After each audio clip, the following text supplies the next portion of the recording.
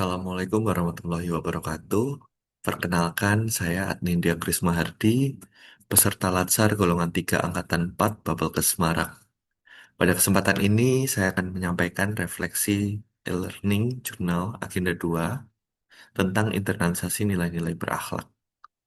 Mengikuti Agenda 2 memberikan pengalaman belajar yang komprehensif karena pembelajarannya dirancang dengan sistematis melalui pembelajaran sinkronus, asinkronus melalui petugasan individu, dan penugasan kelompok.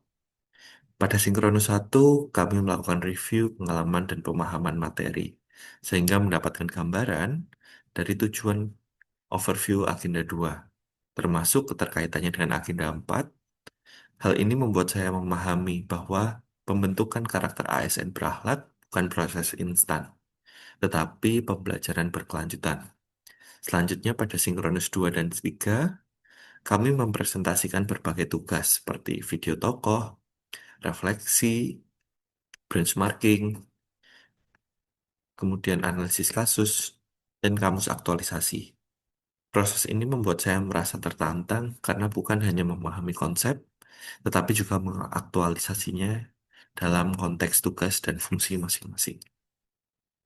Makna mendalam yang saya peroleh adalah bahwa nilai berakhlak merupakan fondasi profesionalisme ASN. Seperti yang ditegaskan dalam materi, berakhlak adalah fondasi. Tanpa itu, profesionalisme mudah runtuh. Nilai berorientasi pelayanan menurut M menuntut untuk kita empati, inklusivitas, dan perbaikan berkelanjutan dalam melayani masyarakat.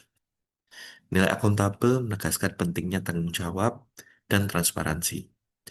Nilai kompeten mendorong kita untuk meningkatkan kapasitas secara konsisten dan terus-menerus.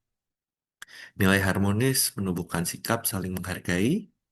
Nilai loyal memperkuat komitmen terhadap NKRI dan kebijakan pemerintah. Nilai adaptif menuntut kita untuk siap menghadapi perubahan. Dan nilai kolaboratif mengajarkan pentingnya sinergi lintas sektor.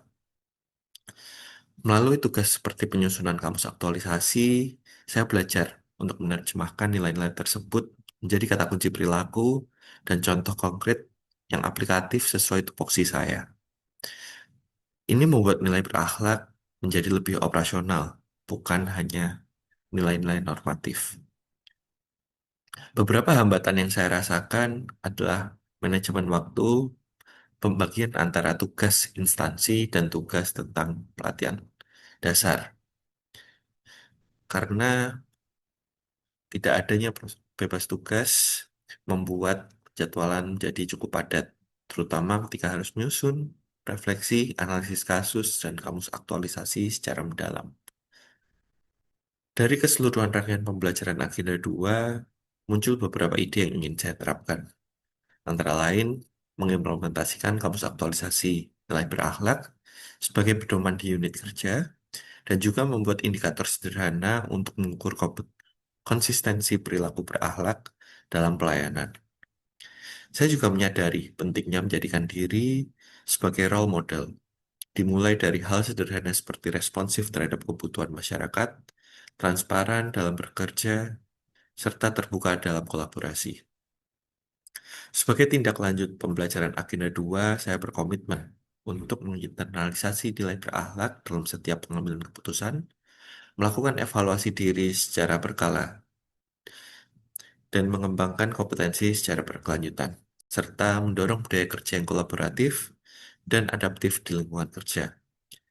Saya berharap nilai berakhlak tidak hanya sebagai bagian dari pelatihan, tetapi menjadi identitas profesional saya sebagai ASN. Demikian learning journal yang dapat saya sampaikan. Terima kasih. Assalamualaikum warahmatullahi wabarakatuh.